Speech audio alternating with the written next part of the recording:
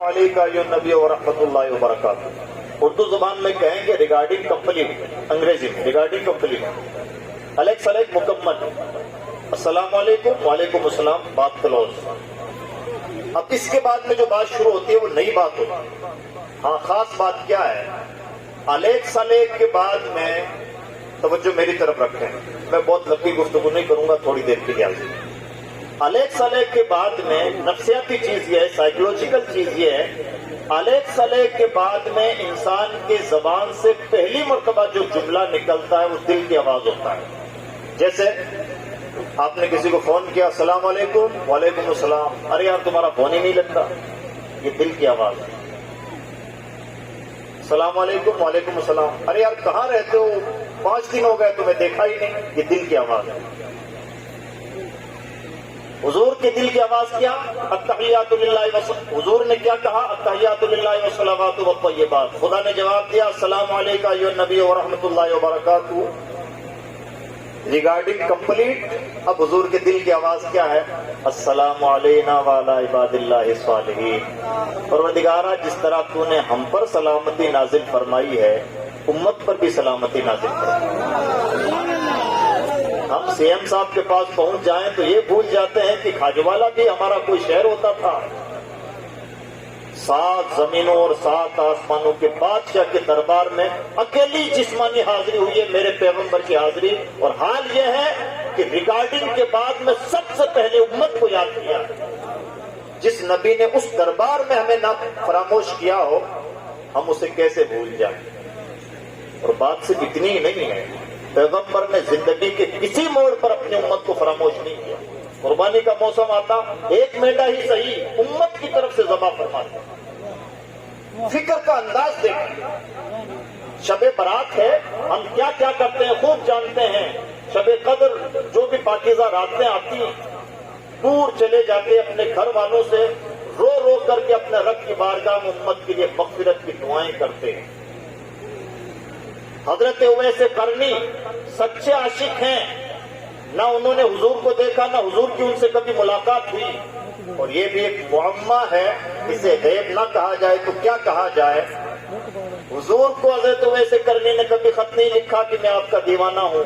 حضور کی ظاہر میں کبھی ان سے کوئی کمیونیکیشن نہیں ہوا. حضور کو کیسے معلوم کہ کرم میں میرا کوئی دیوانہ رہتا ہے. دنیا جانے کیسے کیسے بحثوں میں الجھی ہوئی ہے. حضور کو کسی نے کوئی کمیونیکیشن بیچ میں نہیں ہے، کبھی کوئی وارتلاپ نہیں ہوئی، کبھی کوئی خط و کتابت نہیں ہوئی، نہ وہ مزاج تھا. دیوانگی کی دنیا بالکل الگ تھی. اور نہ حضرت اویس قرنی اتنے مشہور تھے کہ ان کی طرف سے کوئی پیغام پہنچاتا کہ آپ کا ایک دیوانہ اس طرح سے اونٹ چراتا ہے.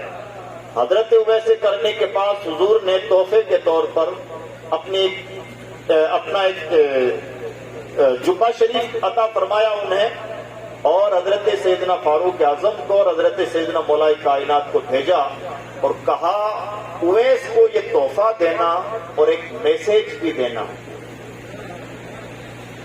اب سوچنے کی بات یہ ہے، پہلے کبھی کوئی ملاقات نہیں، کوئی خط نہیں، کچھ آپس میں کمیونیکیشن نہیں. فرسٹ کمیونیکیشن ہے کہ حضور نے اپنے 2 بندوں کو اپنا نمائندہ بنا کر کے بھیجا ہے.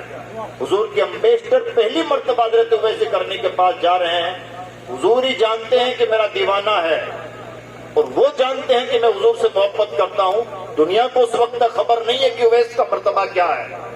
پہلا کمیونیکیشن ہے.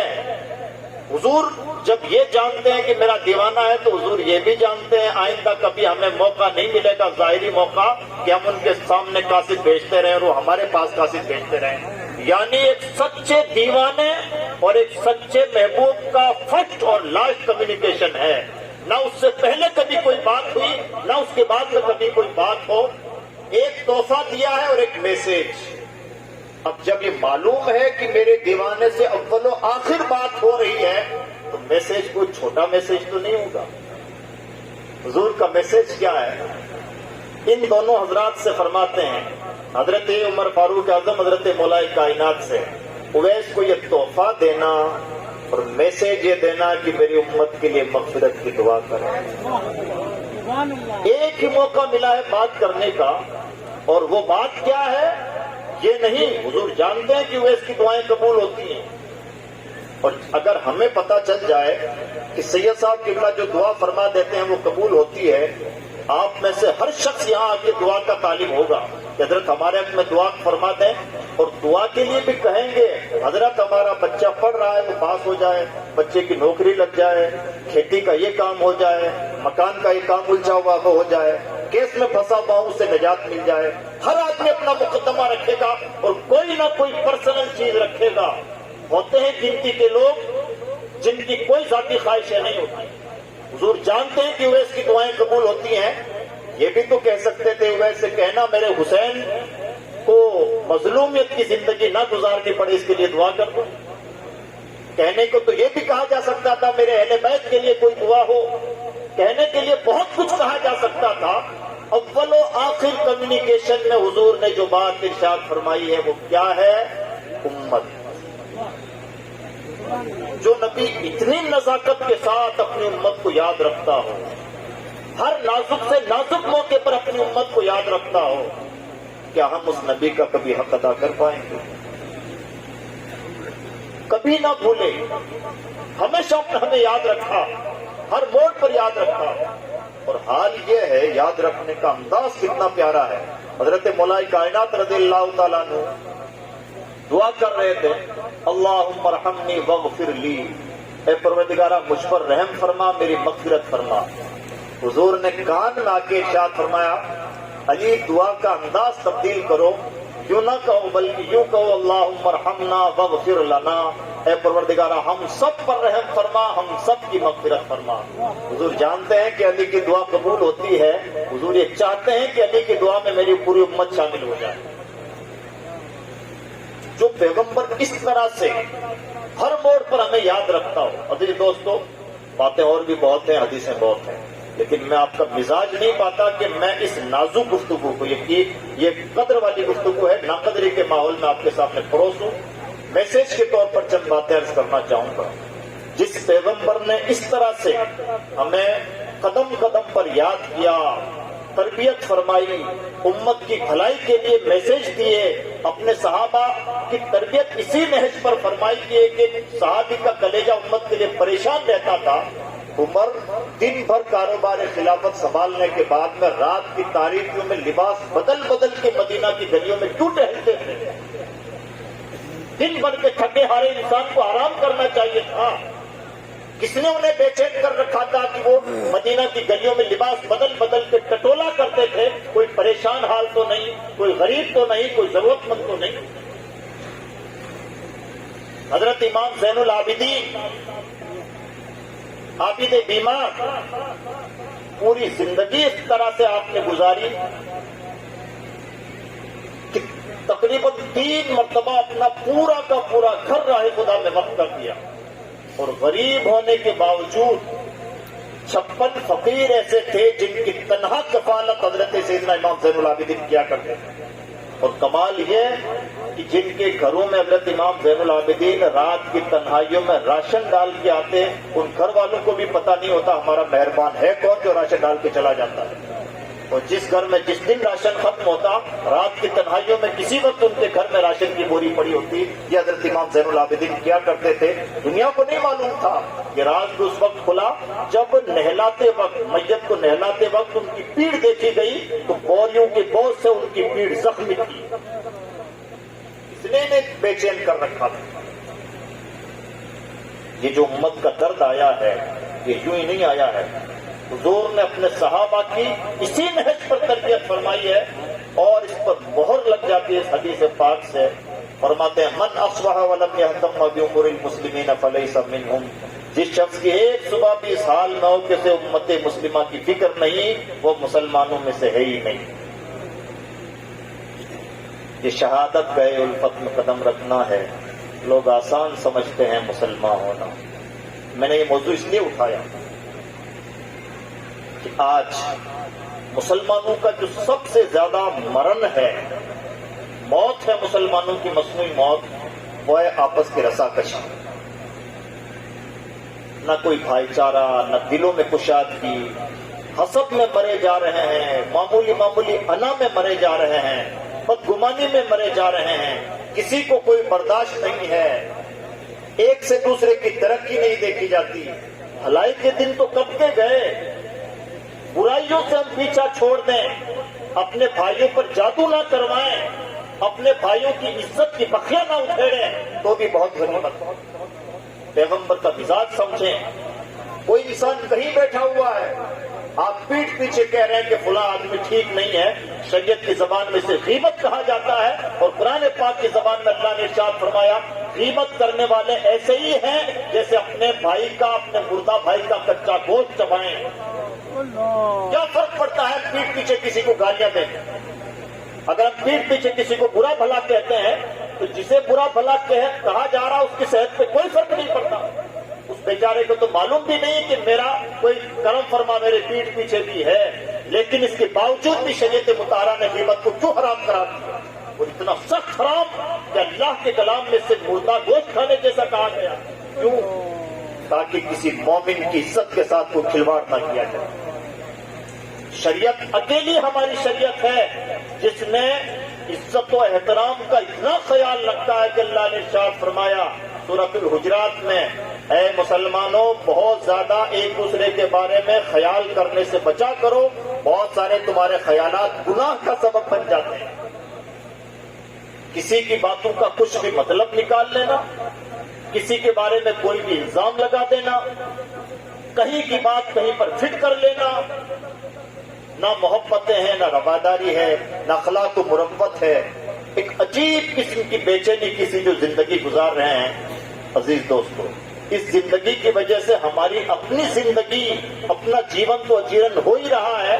سچی بات یہ ہے کہ اس روش کی وجہ سے ہماری نیکیاں بھی برباد ہو رہی ہیں, اور حضور نبی اکرم صلی اللہ علیہ وسلم کی دشمنی اور نامرضی اور آپ کا غیظ و غضب بھی ہم مول لے رہے ہیں. اس لیے بہت احترام کے ساتھ عرض ہے, ایک مومنانہ مزاج پیدا کریں. اقبال نے کہا ہے زبان سے کہہ بھی دیا لا الہ تو کیا حاصل, دل و نگاہ مسلمان نہیں تو کچھ بھی نہیں. اور دوسری جگہ اقبال نے کہا ہے تو رب ہو یا عجم ہو تیرا لا الہ الا اللہ, لغت غریب جب تک تیرا دل نہ دے گواہی. سمجھیں تو سب کچھ لا الہ الا اللہ ہے, نہ سمجھیں تو عربی زبان کا ایک چھوٹا سا جملہ ہے. ایک مومنانہ وسعت کے ساتھ بڑا دل لگ کر کے ہمیں زندگی گزارنی ہوگی. یہ حضور کی تعلیم کا اہم ترین سبق ہے جو بہت پیچھے بھول گئے. دلوں میں تنگیاں پیدا ہو گئی ہیں, بدگمانیاں پیدا ہو گئی ہیں, سوچ کے اندر جو بدخیالیاں پیدا ہو گئی ہیں, اور جہاں کوئی کسی کو برداشت نہیں ہے. اس پراگندگی سے اگر ہم دونوں جہاں کی نجات چاہتے ہیں تو ہمیں سیرت النبی کا اس اینگل سے بھی مطالعہ کرنا ہوگا.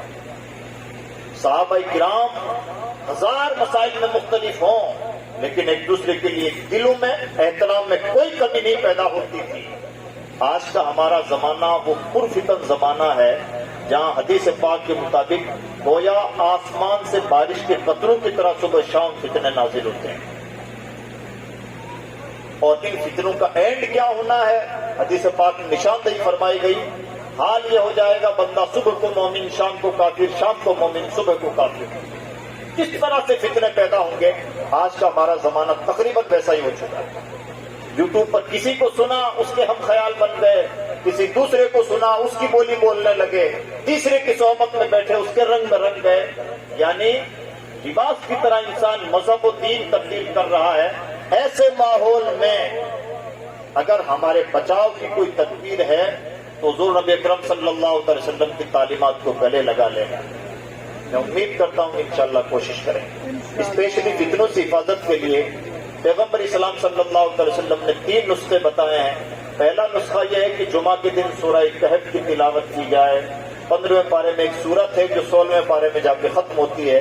110 آیتوں کی سورت ہے سورۃ الکہف, آدھے پارے سے بھی چھوٹی سورت ہے. اس کی عادت, اس کی تلاوت جمعہ کے دن اس کی تلاوت اپنی عادت بنا لیں. حدیث میں نشاندہی فرمائی گئی کہ جو ایک جمعہ کوئی سورت کی تلاوت کرتا ہے آئندہ جمعہ تک وہ ہر فتنے سے محفوظ رہے گا اگرچہ دجال نکل آئے. مجھے نہیں لگتا کہ اس سے بڑی کامیابی کی ضمانت کوئی دے سکتا ہے.